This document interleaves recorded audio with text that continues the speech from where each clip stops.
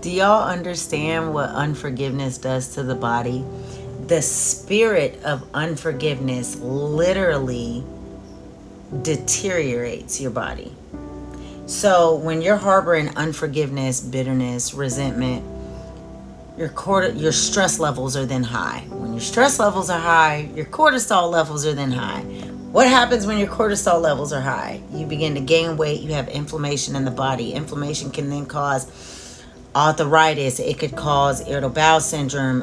It can cause chronic pain. And then when you have chronic pain, what happens? Even when you have stress, your sleep is disturbed. When your sleep is disturbed, your immune system is weakened. When your immune system is weakened, you're then susceptible to colds and illnesses and other diseases. And it is a spiral effect that happens to your body when you do not forgive the way that God has intended us to forgive, the way that He has called us to forgive. See, the world tells us that we forgive for ourselves.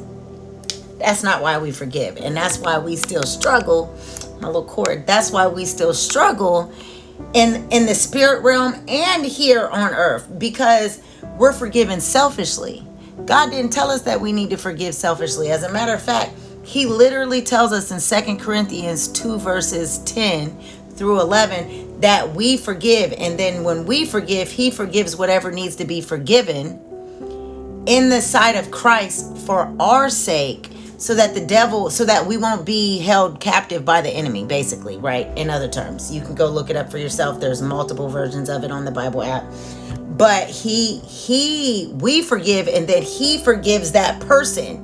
If anything needs to be forgiven, God then forgives them. So the forgiveness is for them first, and then it's for us. And then you want to know why it's for them first? Because in Romans, I don't know what chapter it is. Could be wrong. It could be Romans chapter 12, verse 10, or chapter 10, verse 12. It's something around there. You could type it in. But it's called, I'll probably put it in there. But it says, honor your brother before yourself. That means, and He also tells us to pray for our enemies. So your brother is also somebody who is your enemy. It doesn't mean that it's just your next door neighbor or your blood brother or your friend. No, honor your brethren above yourself. Honor other people above yourself. Pray for your enemies. So when we do these things, that means we are forgiving biblically now. That means that our bodies can begin to be restored. That means that we are no longer held captive by the tactics of the enemy, which means it's no longer a door that is open for him to attack us physically, because sickness, illness, and disease does not come from God. Sickness, illness, and disease comes from the enemy, y'all. Listen,